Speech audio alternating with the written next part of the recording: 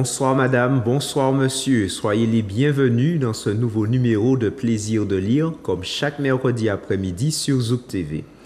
Comme chaque mercredi après-midi, j'ai le plaisir de recevoir un passionné de lecture, même d'écriture.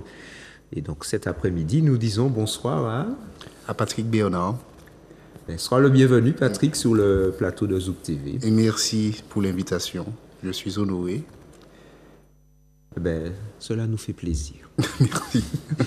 Donc, comme d'habitude, vous savez que nous allons lire, mais pas seulement lire, réfléchir pour peut-être agir ou nous questionner sur notre façon de faire et voir s'il n'y a pas une autre façon de percevoir les choses, de se représenter les choses et puis pour améliorer notre environnement. Donc, de quoi vas-tu nous parler cet après-midi, Patrick? Oui, donc je suis venu présenter mon nouvel ouvrage, Fulgurance d'acuité ou les geysers de lucidité, paru aux éditions Spinel. Voilà. D'accord. Donc, tu as dit mon nouvel ouvrage. Donc, oui. Ce n'est pas ton premier ouvrage. Non, c'est mon cinquième ouvrage. Donc, je suis poète, essayiste, auteur, compositeur, interprète, mais aussi producteur du pays. Donc, il m'a été donné depuis un certain nombre d'années de produire des ouvrages ou des compositions. Voilà. D'accord. Et alors, ce nouvel ouvrage, il est apparu quand, en fait? Apparu quand? Tu as une année de publication, mais oui. À quel moment il y a eu l'idée à germer entre tiens, je vais faire un ouvrage, et puis il arrive. Écoute, tu fais bien, alors c'est très pertinent, tu fais très bien de me poser la question. J'ai là je ne sais pas s'il me sera possible de le voir, peut-être pas aussi. J'ai là le manuscrit de l'époque. Alors, à l'époque, j'appelais l'ouvrage Regard ou la contemplation active, que j'ai protégé, donc le fameux manuscrit, le 27 novembre 1998. Donc, ça nous fait quelques 25 ans. Donc, quand ça fait entre 25 et 30 ans que j'ai commencé l'ouvrage. Et cet ouvrage, ce manuscrit a donné lieu à l'ouvrage pour lequel tu as bien voulu m'inviter aujourd'hui. D'accord. Donc, 25 ans. Oui. 25 ans. Donc, j'imagine que... Alors, est-ce que l'ouvrage est resté... les idées sont restées telles quelles depuis 1998 ou bien ils ont évolué en fonction peut-être des problématiques de la société, en fonction du changement? Oui, alors c'est déjà un recueil, c'est un recueil de pensées. Donc les pensées, comme j'aime à le dire, je le dis d'ailleurs dans l'introduction, c'est ces moments où une pensée vient résumer des jours, des heures, des jours, des semaines, voire des années de pérégrination intellectuelle, réflexive. Et donc, on a toujours, lorsqu'on n'a pas encore trouvé le truc, quel que soit le domaine, on est dans cette incomplétude, on se dit, waouh. Et lorsqu'on, justement, on a la fameuse pensée qui selon nous, résume notre démarche intellectuelle, on est satisfait. Donc, en 25 ans, il m'a été donné... Alors, il y a des pensées que j'ai écrites une fois pour toutes, sur lesquelles je ne suis pas revenu. Et puis, il y a d'autres, parce que nous cheminons avec notre réflexion. Il y a cette maturation qui se fait jour. Donc, voilà. Donc, comme je te dis, sur certaines pensées, il m'a été donné, en grandissant, en mûrissant, de peaufiner de la pensée. Et puis, je dois aussi avouer qu'il y a des pensées qui, avec le temps, se sont révélées d'une telle inexactitude qu'il m'a fallu les dessaper. Donc, ça a été toujours quelque chose qui a été réactualisé, réactualisé. D'accord. Alors, dans ton nouvel ouvrage, oui. Comment il est structuré? Comment il est organisé? Est-ce qu'il y a des thématiques, il y a un début, une fin, ou bien les pensées sont présentées comme diraient certains, au feeling? Au feeling, moi je dirais en vrac. Alors, parce qu'à un moment, j'ai été visité par l'idée de faire des thématiques. Et après, j'ai vu, parce que j'ai essayé, j'ai vu que ça devenait assez vite barbant, quoi, assez vite. Pourquoi? Parce qu'on a toutes les mêmes pensées qui reviennent, donc, peut-être avec une nuance, avec les mêmes thèmes. Bon, à un moment, lorsqu'on a par exemple 10 pages où on dit les mêmes choses, enfin, qui font référence à la même chose, non. Alors, j'ai laissé les choses telles qu'elles étaient, donc en vrac. Et je trouve que c'est un ouvrage intéressant en ce sens où il n'impose pas au lecteur une suite comme un roman, une nouvelle ou non. On peut le prendre aujourd'hui à la fin, prendre demain au milieu, après demain au début et recommencer. Et c'est ce que je trouve, parce qu'en fait, il est bon aussi de pouvoir laisser cette liberté à l'autre, liberté d'user de l'ouvrage à sa guise. Et donc je pense que là aussi c'est bien aussi. C'est ce qui fait aussi la particularité de l'ouvrage, je pense. Est-ce que tu t'inscrirais dans, je sais pas, dans le courant philosophique? Oui, il y a une démarche philosophique. Alors déjà, j'ai fait des études de philosophie. Ah, je ne Oui, savais pas. Ça, oui. c'est bon à savoir. J'ai fait des études de philosophie, mais philosopher, c'est quoi? C'est penser le réel sensible dans lequel nous évoluons, c'est penser la cité, c'est penser la société dans laquelle nous sommes. Et la pensée, non pas seulement dans ses causalités, dans ses causes, mais dans ses effets. Donc, oui, nous sommes toujours interpellés par telle ou telle chose de notre quotidienneté. Donc, si c'est cette dimension philosophique auquel tu fais référence, je dirais oui, puisque c'est un ouvrage maladivement ancré dans la réalité. D'accord.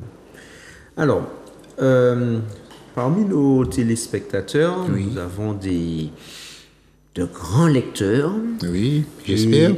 Et nous avons aussi des petits lecteurs ou des lecteurs occasionnels. Oui. Est-ce que j'ai besoin d'avoir une grande culture pour pouvoir aborder ton livre ou bien même le citoyen lambda pourrait...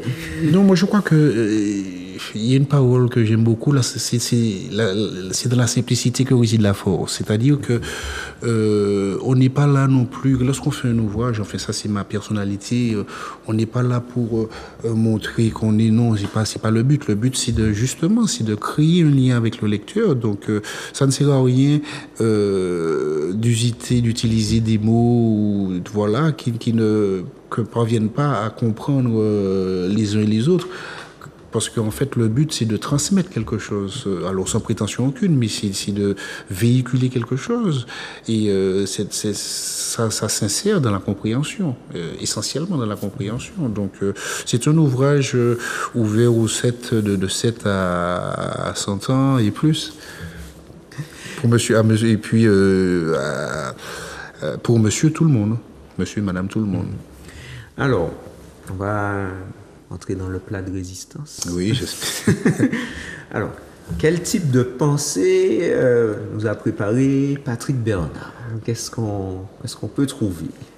Ah, mais alors comme ça, de tête, mais je vais prendre quelques exemples ici.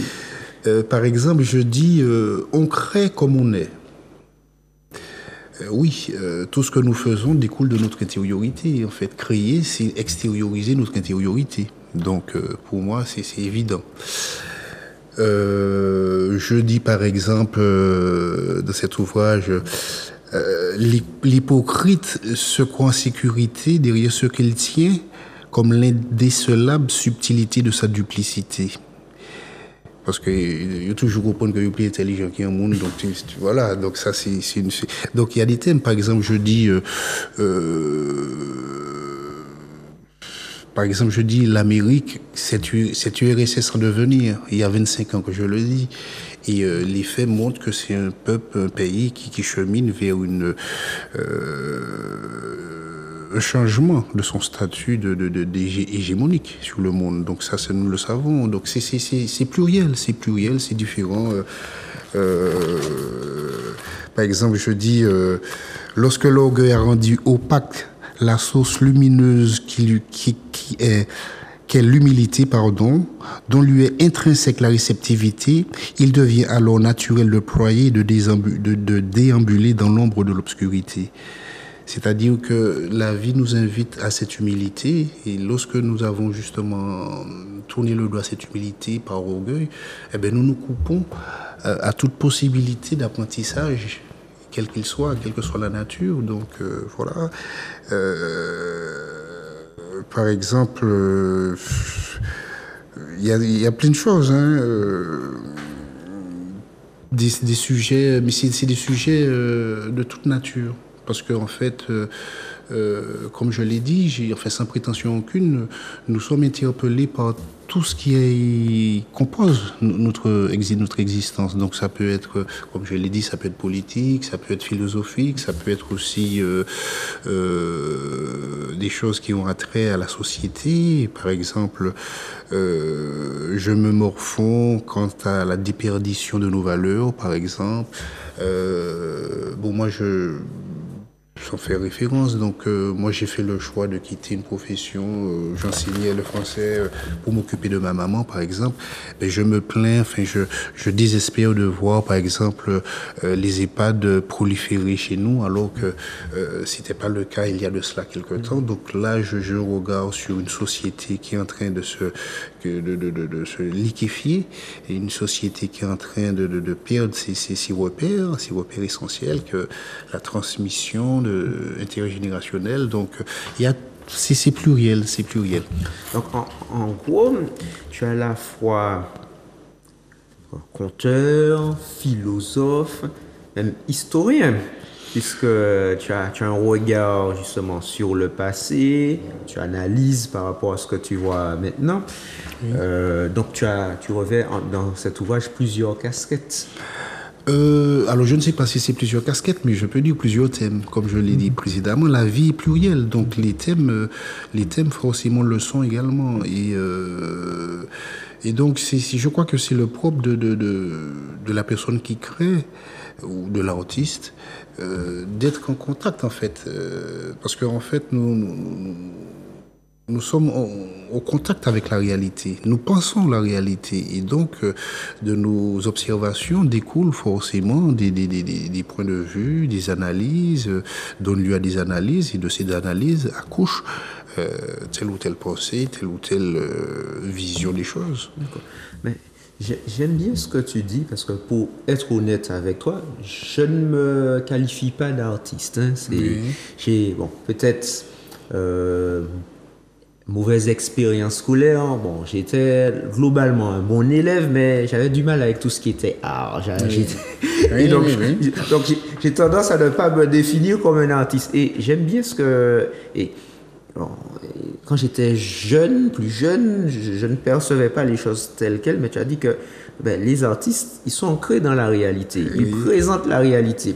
Et bon, sincèrement, par exemple, quand moi je voyais peut-être des peintures, peut-être, j'ai quand même fait quelques efforts avec peut-être les années, mais quand je voyais certaines peintures, pour moi, toutes les peintures étaient surréalistes. Alors peut-être même aussi dans le surréalisme, il y a un lien avec la réalité. Et j'aime bien cette présentation. L'artiste, il est dans la réalité, il présente la réalité, il y a un message, il y a une interpellation du public. Et en fait, l'art n'est pas déconnecté, contrairement à ce qu'on pourrait penser de la réalité. Non, et puis, alors, je vais dire plusieurs choses. Alors, j'ai envie de te dire, heureusement, puisque s'il n'y avait que des artistes, la vie ne serait pas... nous avons besoin de différences pour précisément permettre cette société. Et puis, oui, alors ce qui m'interpelle, parce que je porte aussi un regard sur nos artistes, je trouve que l'artiste est à la base celui qui... Aimé Césaire disait une phrase magnifique, je serai la bouche de ceux qui n'ont pas de bouche. Et c'est ça, en fait, l'artiste, ou la personne qui crée, en fait. C'est un don que la vie, alors chaque personne en fonction de ses croyances, mais tu as certainement des facultés que je n'ai pas et que j'ai, que tu n'as pas. Donc c'est comme je le disais précédemment. Donc lorsque nous avons cette chance, de pouvoir être une voix. Soyons odeur de vie dans ce que nous faisons. Et moi, très sincèrement, je porte un regard assez triste sur nos artistes qui ne sont pas des éveilleurs de conscience, en fait. Je vois pas tous, mais l'immense majorité sont des égayeurs, mais pas des éveilleurs de conscience. Et je crois que c'est une manière aussi de trahir la mission artistique ou littéraire, que de ne pas justement être ces vecteurs de prise de conscience ou d'une manière de penser, d'observer notre réel sensible. Et si nos artistes aujourd'hui sont aussi aveugles, entre guillemets, que le peuple, donc ça ne sert à rien, leur action est nulle et non avenue. Ça, c'est mon point de vue. D'accord. Juste pour essayer de comprendre ton point de vue, c'est pas pour polémiquer. Est-ce que ces égayeurs, le fait, comme tu dis, d'égayer, la distinction que tu fais entre éveilleur, égayeur, est-ce que c'est pas un nouveau moyen, un nouvel outil pour éveiller? Peut-être, est-ce que c'est pas éveiller d'une autre façon par rapport à ce qui se passait auparavant? Non, tu sais, dans cet ouvrage, je parle de permanente ébriété festive. D'accord. Et cette permanente ébriété festive accouche quoi? Accouche un peuple qui est endormi. Accouche un peuple qui regarde partout, sauf là où il faudrait, c'est-à-dire la réalité, ce qu'il est en train de vivre. Et lui coupe toute possibilité de se projeter dans l'avenir. Donc lorsqu'on participe à maintenir le peuple dans cette ébriété festive, je ne pense pas qu'on l'aide à avoir une conscience lucide de sa condition. Je ne pense pas qu'on l'invite à se penser, à agir différemment. Donc, c'est pour ça que je dis que, bien au contraire, et c'est pour ça que j'ai parlé de véritable faillite. Dans cet ouvrage, je parle d'évolution régressive. Les artistes avant, c'était des gens, lorsqu'on lisait un texte, où on était interpellé, ça nous donnait matière à réflexion, ça nous donnait envie de quitter cette trépidance de vie pour se poser et réfléchir. Aujourd'hui, et depuis pas mal d'années, nous n'avons plus ça. C'est pour ça que je parle d'évolution régressive. Nous avons pléthore d'artistes. Mais est-ce que ce qu'ils sécrètent, est-ce que ce qu'ils proposent est matière à et odeur de vie? Sans prétention aucune. Parce que, en fait, il y a une parole que j'aime, que les aînés disaient, Ababaga de la parole, quoi gaspiller tao. Donc, nous avons, en tant qu'artistes ou auteurs, artistes, cette chance d'être la voix de ceux qui n'ont pas de voix. Eh bien, utilisons-la à bon escient. Donc, si je comprends un des objectifs de l'artiste, de l'art de façon générale, c'est pas seulement d'être consommé, pour être consommé, pour dire, tiens, voici une œuvre, regardez comme elle est belle, regardez ce que je dis, mais il doit avoir une réaction, une prise de conscience, une réflexion, voire peut-être une planification vers d'autres actions. Oui. C'est-à-dire que si je comprends l'esprit, c'est que cette relation entre l'artiste, son public, celui qui l'entend, qui le voit, qui l'écoute, le but n'est pas seulement, tu as vu ce que j'ai produit de beau, reviens voir comment je suis un génie, j'ai produit quelque chose de beau. Non, c'est entre-temps de se dire, tiens, il y a eu ça, tiens, il y a peut-être quelque chose à faire ou à faire différemment. Et en gros, si je continue à faire la même chose, c'est que soit je n'ai pas compris le message de l'artiste, ou soit l'artiste a raté quelque chose avec son public. Oui, mais avant, par exemple, les artistes traditionnels, on va dire. Alors, quand je dis traditionnel, je veux faire état d'antériorité. C'était des commentateurs de la réalité. Ils commentaient la réalité. Alors, ça pouvait être de manière quelconque, de manière tout aussi rigolote, mais c'était des commentateurs de la réalité.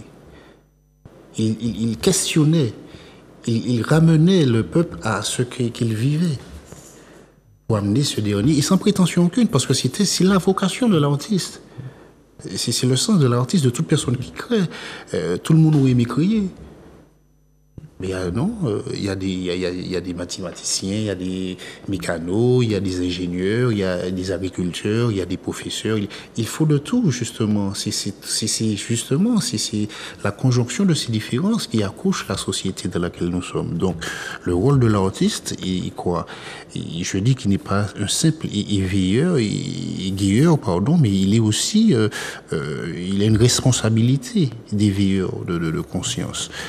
Est-ce que tu as un ou des exemples d'artistes éveilleurs? Peut-être que tu as parlé d'artistes traditionnels ou bon, peu importe. Est-ce que tu as des exemples, soit ils sont toujours parmi nous, mais ils sont partis depuis quelques années, d'artistes qui, quand tu penses à cet artiste, tu as un exemple vraiment d'éveilleur de conscience, éveilleur du peuple.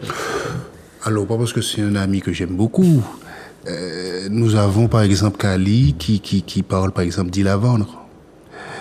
C'est une réalité qui perdure depuis pas mal d'années. Lorsqu'il nous parle de boycott, il nous invite à changer notre manière de vivre. Nous ne pouvons pas être dans ce consumérisme à outrance. Voilà. Par exemple, nous avons Pippo Martelly dans une chanson Politic Man, où il nous dit tout ça qui dévoile ces belles vérités, perfusion sans doute, les bains nous l'endormi. C'est-à-dire qu'il nous dit que nous sommes tellement dans une certaine léthargie que nous ne voyons même plus ce que nous sommes en train de vivre. Nous nous éloignons de ce que nous sommes. Donc nous avons pléthore d'artistes dans cet acabit qui nous invite précisément à penser notre quotidienneté, à changer notre manière. Nous avons aussi le regretté Eugène Bouna qui a dénoncé, qui a passé sa vie à dénoncer des injustices alors historiques, politiques. Voilà, donc ces artistes-là ont mené à bien, je pense. Alors, dans d'autres, nous avons Bob Marley, mais ça c'est dans d'autres. Nous avons à l'époque des artistes qui justement invitaient celles et ceux qui les écoutaient à se penser, à penser ce qu'ils vivaient. Maintenant, c'est un de nos artistes qui parlait de musique Kleenex. Pourquoi musique Kleenex? Pourquoi? Parce qu'aujourd'hui, nous sommes justement dans ce consumérisme à outrance et tout va vite, quoi. Il faut que tout aille vite, quoi. C'est-à-dire qu'on ne prend même pas le temps de pénétrer une œuvre, de la comprendre. On passe déjà à autre chose, quoi. Et donc, c'est assez triste. Donc on est plus dans la culture de l'instantanéité et puis pas le temps de se poser, réfléchir et puis voir comment appliquer. Oui, par exemple, dans cet ouvrage, je parle de prisonniers de l'immédiateté.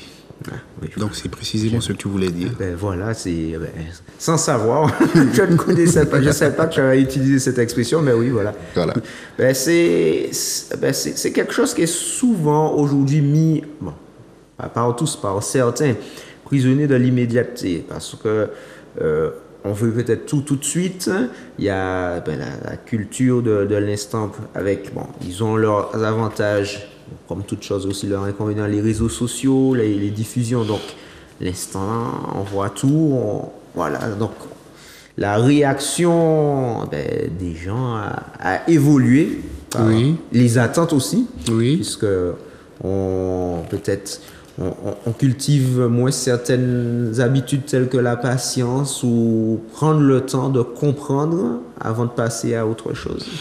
Mais il faut aussi dire que, alors je ne suis pas complotiste, mais il y a cet affaissement. Reconnaissons-le, il y a cet affaissement. Un affaissement, comme je le dénonce dans cet ouvrage d'ailleurs, un affaissement pluriel, polymorphe, qui n'est pas seulement moral, mais aussi intellectuel. Et cet affaissement fait que les individus vivent choses parmi les choses, quoi. Vivent choses parmi les... Par exemple, nous sommes un peuple de l'oralité, c'est vrai, mais nous ne lisons pas. Ou très peu. Très peu. Sur les réseaux sociaux, par exemple, nous voyons, les rares fois où je m'aventure, ben, qu'est-ce que nous voyons souvent? Entre le titre et le contenu, ça diffère. Mais on voit que des gens s'arrêtent qu'au titre, ils commencent à... Parce que c'est ça le gros problème aussi. Donc nous avons des spécialistes de tout, mais qui ne se donnent pas le temps de se spécialiser, donc de s'informer. Et c'est ça la misère, l'appauvrissement de notre société. Et donc, oui, c'est un affaissement, un réel affaissement. Donc, qui est intellectuel, mais aussi dans d'autres... Pluriel, c'est-à-dire que, comme je le dis, qui est moral aussi, qui est spirituel, moral. Aujourd'hui, nous sommes plus matérialistes que spirituels. Par exemple, les valeurs qui nous guidaient jadis, comme la vérité. Aujourd'hui, nous sommes dans un monde qui est en lutte active contre la vérité. Aujourd'hui, dire des choses qui sont vraies, ben, par exemple, nous avons un fait d'actualité. Nous avons des jeunes dans les différentes facs de France et d'ailleurs qui militent pour un cessez-le-feu à Gaza, par exemple. Ben, c'est quelque chose d'humain quand même. C'est l'humanité qui dit quand même on ne peut pas laisser cette chose perdurer. Eh bien, une action aussi noble, venant de jeunes, il ne faut pas l'oublier, est criminalisée. Ah non? Vous voyez ce que je veux dire? Donc nous sommes dans un monde où le bien est appelé mal et le mal bien. Et je dis d'ailleurs dans cet ouvrage que depuis un certain nombre de temps, nous sommes plus à choisir entre le bien et le mal, mais à choisir et à opter pour le mal ou le moindre mal. Donc nous avons déjà basculé. Donc c'est ça encore une des conséquences de cet affaissement moral, spirituel, voilà. Et est-ce qu'il y a, selon toi, de l'espoir? Est-ce qu'on suit une évolution inéluctable ou il y a moyen de faire quelque chose pour inverser la tendance? Aussi bien, bon, tu as parlé des artistes, tu as parlé du déclin intellectuel autre, spirituel. Est-ce que c'est le cours naturel des choses? Et puis... Alors, dans cet ouvrage encore, bon, je ne m'ai pas fait qui fait, bah, moi, donc je le dis, dans cet ouvrage encore, je dis, j'invite celles et ceux qui me font l'honneur de me lire, qu'il faut renoncer au renoncement et ne surtout pas désespérer de l'espoir. Est-ce que tu peux reprendre? Il faut renoncer au renoncement et ne surtout pas désespérer de l'espoir. Donc en adéquation avec la question que tu m'as posée, oui, justement, c'est dans ce chaos qu'il ne faut sûrement pas perdre espoir. Parce que l'espoir est odeur de vie. L'espoir est synonyme aussi de possibilité de changer. Donc, renoncer, le renoncement, déjà n'est pas humain en fait, parce que l'homme est perfectible, l'homme a à se faire, l'homme a à devenir, l'homme a à se réaliser.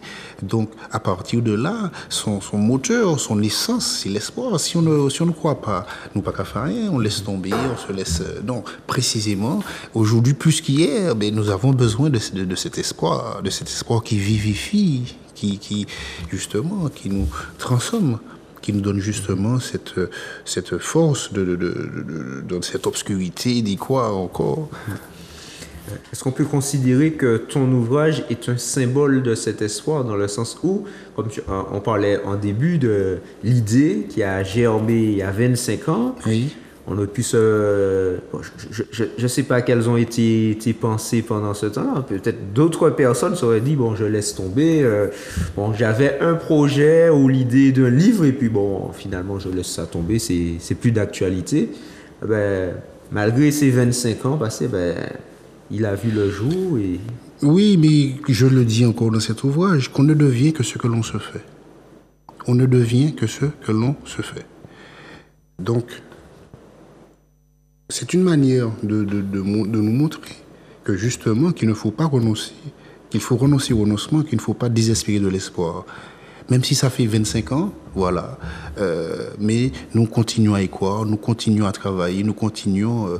Entre-temps, j'ai fait autre chose, bien sûr. Mais il faut justement garder vivace cette foi en nous, cette foi de croire que c'est possible. Et la vie nous montre que, bon, ben, lorsqu'on y croit, ben, que les choses se font jour, et puis tôt ou tard, même 25 ans, même 30 ans après. Donc, il faut y croire, il faut y croire. Et dans cet espoir, est-ce que tu penses que on peut réussir à avoir cet espoir seul ou on a besoin de l'aide des autres, hein, comment ça, est-ce qu'on doit se regrouper? Est-ce que on peut quand même avancer seul dans un certain nombre de domaines? Comment toi tu vois la chose? Alors moi je crois qu'on a besoin des deux. C'est-à-dire que si déjà à la base, sans prétention aucune, sans orgueil, hein, ça n'a rien à voir. Si on ne croit pas suffisamment en soi, si on ne croit pas suffisamment en nos capacités, en nos rêves, enfin, quel qu'il soit, ça peut être un ouvrage, ça peut être une maison, ça peut être quel que soit l'objectif. Si on ne croit pas en soi déjà à la base, on a déjà perdu la bataille. Mais en tant qu'être humain, nous avons justement besoin, parce que nous sommes dans cette intersubjectivité, nous sommes dans ce rapport à l'autre. Si je dis je, c'est parce qu'il y a lui, il y a elle, voilà. Donc le je prend sens dans ce rapport à l'autre. Donc immanquablement, cet espoir est nourri de rencontres ou d'observations. Ouh là, il s'est donné les moyens ou elle s'est donné les moyens de, mais voilà, pourquoi pas moi? Donc c'est une manière aussi de se nourrir, on se nourrit de l'autre. Alors, se rencontrer aussi, parce que, par exemple, je prends un exemple, si tu veux être footballeur, ou peut-être qu'il faut fréquenter mon gars, je pétanque. Hein? Tu vois, tu te nourris de compagnie footballistique. Oui, donc, c'est un peu la même chose pour tout un chacun, quel que soit le domaine, quoi. Donc, ça part de nous. Mais c'est pas essentiellement nous, mais c'est nous dans ce tout. Est-ce qu'on peut imaginer une suite à cet ouvrage ou que tu travailles sur autre chose? Une suite, c'est-à-dire comme ce sont des pensées. Donc je peux demain, parce que j'ai encore des pensées qui se font jour. Par exemple, récemment, j'ai créé le concept, parce que je crée aussi beaucoup de néologismes. J'ai créé le concept d'immadulte. Alors, quand je pense à ma société, que j'aime beaucoup, ma société martiniquaise, antillaise, c'est en fait immature et adulte. Immadulte. Donc, demain, je peux encore accoucher un ouvrage de pensée. Voilà. Par exemple, il y a des pensées depuis cet ouvrage qui se sont déjà vues jour. Donc, j'ai pris le soin, je pense bien, de bien les noter. Et puis, ça peut donner lieu à un autre ouvrage. Mais une suite, parce que c'est pas... le genre d'ouvrage ne donne pas lieu à une suite, puisque c'est pas un roman, c'est pas une nouvelle, c'est pas... donc ce sont des poésies, lapsus révélateur, puisque je suis aussi poète, parce que en fait ça c'est mon premier recueil de pensées, et j'ai eu plusieurs recueils de poésie. C'est pour ça aussi ce petit lapsus. D'accord. Donc ça c'est intéressant. Oui. Non, je réfléchissais à ton néologisme d'immadulte. Immadulte, oui, c'est un truc que moi, garçon, j'ai payé hier parce que, encore une fois, nous pensons à notre société. Et c'est vrai que des fois, nous manquons de maturité, il faut le dire, hein, qui aime bien châtie bien, hein, c'est bien connu. Et donc, oui, ce mot m'est venu en pensant à certaines réalités. Par exemple, je sais pas, tu fais appel à un professionnel, le gars te dit oui, demain. Le gars ne vient pas, il ne t'appelle même pas. Mais c'est plus fréquent que rare. Hein. Oui. Et le gars, si tu fais... si tu lui fais cette remontrance, le gars il est plus véhément que toi. C'est une forme d'immaturité. Alors, on va aller plus loin d'irrespect, mais une forme d'immaturité. Et ça se voit aussi, le fait de ne pas pouvoir prendre nos responsabilités. Là, c'est un peu plus politique, ce dont je fais état. Toujours penser que nous avons immanquablement toujours besoin d'être sous la domination de. Pourquoi? Non. Nous sommes dans la Caraïbe, nous sommes dans un archipel où nous avons une trentaine d'îles analogues, en tout point analogues à la nôtre. Peuple, n'en déplaise à certains afro-descendants, sensiblement même configuration, même climat, qui sont indépendants. Nous sommes les seuls à ne pas être indépendants, par exemple. Il faut se poser une question aussi. C'est-à-dire que tout ça aussi participe à cette immaturité qui... je ne suis pas en train de dire autre chose, hein, mais je veux dire que sur plein de points, nous sommes assez immatures. Donc, d'une certaine façon, tu te reconnais, ou bien peut-être c'est lui qui se reconnaîtrait dans toi, dans la doctrine de Kennedy, ne pas se demander ce que Magnifique. Le pays peut faire pour soi, mais qu'est-ce que nous pouvons apporter au pays. Tout à fait. Et alors, justement, je prends cette référence-là, en fait. Alors, je dis, il y a 25... Aujourd'hui, par rapport aux réseaux sociaux, tout le monde va trouver un peu normal de faire un recueil de pensées. Mais il y a 25 ans, 30 ans, lorsqu'Internet n'existait pas, qui aurait pu être... Alors, ça existait, bien évidemment, mais qui était visité par l'idée de faire un truc de pensée. Ceci pour dire que c'est une pensée que je dis à notre endroit, tout un chacun, mais nous en tant que peuple. Chers miens, arrêtons d'attendre que les autres réalisent des choses pour nous puissions copier. Arrêtons ce mimétisme, arrêtons de singer. Si nous prenons le temps de rester un temps soit peu avec nous-mêmes, le temps d'entrer en nous-mêmes, de goûter à cette compagnie de nous-mêmes, de nous rencontrer, c'est ce que j'appelle dans cet ouvrage l'élévation, la descente vers l'élévation, c'est l'introspection. Eh bien, nous découvrons en nous plein de possibilités, en l'obelleté, et qui nous montre que nous n'avons pas besoin de singer l'autre. Restons avec nous-mêmes, rentrons avec nous-mêmes, et c'est pas de l'ostracisme, nous en faisions étape préalablement. Mais c'est une manière de se dire que oui, je ne peux pas me nier à être dans cette propension à l'ailleurs et puis me nier alors qu'en moi sommeille, en nous, sommeille des choses magnifiques et puis des potentialités incommensurables. Donc voilà, c'est un des exemples.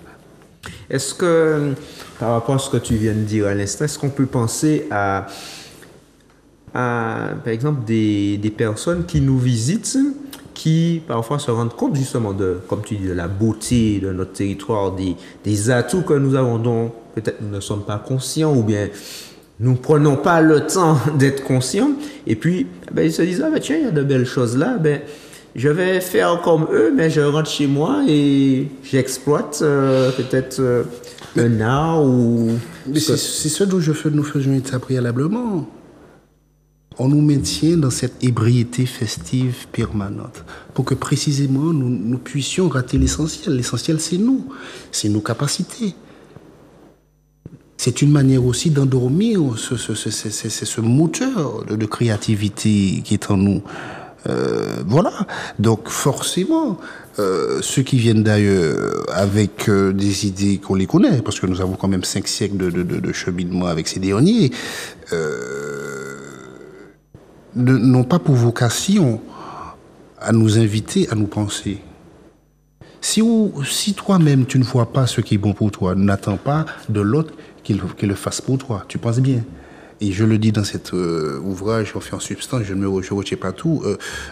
Il est vain d'espérer de celui qui te trompe, qu'il te renseigne, qu'il t'informe sous les rouages de sa tromperie. C'est logique. Il a besoin de toi absent, moralement, intellectuellement, pour pouvoir mieux te manipuler, te dominer. Et ça, c'est valable dans tous les domaines. Donc, il nous appartient à chacun, à nous-mêmes, de nous réveiller. Ah, mais encore une fois, on le disait tout à l'heure, si nous pas fait qui vous ne fait ballot. Et c'est vrai que, c'est-à-dire que nous sommes un peuple magnifique, mais nous sommes dans une espèce nous sommes hors réalité, nous sommes hors sol. Nous sommes hors sol, c'est-à-dire lorsqu'on voit par exemple, on n'a pas besoin d'être Madame Hiram, Madame Soleil, on n'a pas besoin d'être voyant. Nous savons que les grandes puissances sont en train de nous préparer une troisième guerre mondiale, par exemple. Ça, on n'a pas besoin d'être intellectuellement tellement balèze pour le voir. Tout le monde est très... Voilà. Nous savons dans le même temps que nous avons 60 jours d'autonomie alimentaire. Et ça ne nous dérange pas. C'est-à-dire que nous allons droit dans le mur, mais voilà, continuons à nous amuser. C'est hallucinant. C'est hallucinant. Et ça, c'est valable dans tellement de domaines. Et puis, je le dis, parce que l'opportunité m'est donnée, toute domination d'un peuple ou d'un pays sur un autre passe immanquablement, systématiquement, par la compromission, voire la corruption de ces élites. Pas élite seulement politique, élite économique, élite culturelle. Nous faisions état des artistes, élite médiatique. Pas vous, puisque vous m'invitez, et d'autres. Mais vous voyez ce que je veux dire? C'est-à-dire que tous ceux qui sont en capacité d'opérer cette mutation sont de cette complaisance, sont de cette compromission, pour ne pas dire cette collaboration, qui maintient le peuple dans son endormissement. Là encore, nous devrions agir en ce sens. En tout cas, Patrick, merci beaucoup. C'était un déjà plaisir. Ah ben, le temps passe. Non, c'est pas vrai. Il faudra m'inviter à nouveau. Ah ben, ce sera avec plaisir. Il y a pas... Donc c'est vrai déjà. Oui, mais écoute, il reste quelques petites minutes. Donc, en guise de conclusion. Donc, est-ce que... je vais répéter la phrase que nous avons déjà dit, hein, de renoncer au renoncement et ne pas désespérer de l'espoir. Renoncer au renoncement et ne pas désespérer de l'espoir. Voilà. Donc ce sera, si vous voulez bien, la petite phrase de méditation et voir comment on peut mettre ces choses en application. Parce que, bon, dire de belles paroles, c'est bien. Agir en lien avec celle-ci, c'est encore mieux. Mais la conscientisation, comme je dis, toute réelle prise de conscience se fait conscientisation. Dans cet ouvrage, qui est notamment chez, je ne sais pas si je peux le dire, que chez Cultura, Martinique. Donc, redonne-nous, il s'affiche, redonne-nous le titre complet de ton ouvrage. Alors, Fulgurance d'acuité ou les geysers de lucidité. Donc on peut retrouver, j'ai dit, à Cultura. La montagne. D'accord. Voilà. Ben, il n'y a pas de souci. Ah ben, merci beaucoup c'est pour moi. moment, de partage. Ces liens, j'ai bien aimé l'exemple que tu as pris avec ton néologisme dit adulte. Oui. Où, par exemple, tu parlais du fait que tu donnes rendez-vous à un professionnel, le gars te dit rendez-vous tel jour, et puis il t'envoie même pas un message où on appelle, dit j'ai eu un souci, finalement ce ne sera pas possible. Tu es là, tu attends. Et c'est cette rigueur, soyons rigoureux. D'accord, on va continuer à travailler pour mettre la rigueur en avant. Je caresse ce souhait pour tout un chacun. Si, comme Patrick, vous souhaitez présenter un ouvrage qui vous tient à cœur et venir sur le plateau de Zouk TV, c'est possible. Il suffit de composer le numéro qui s'affiche, à savoir le 06 96 19 41 13. Et nous nous ferons un plaisir de vous recevoir sur le plateau. Merci beaucoup, Patrick. C'est moi qui te remercie. C'est moi. Et merci, chers téléspectateurs, d'avoir passé ce temps avec nous. Nous vous souhaitons une bonne fin d'après-midi et nous vous disons à très bientôt.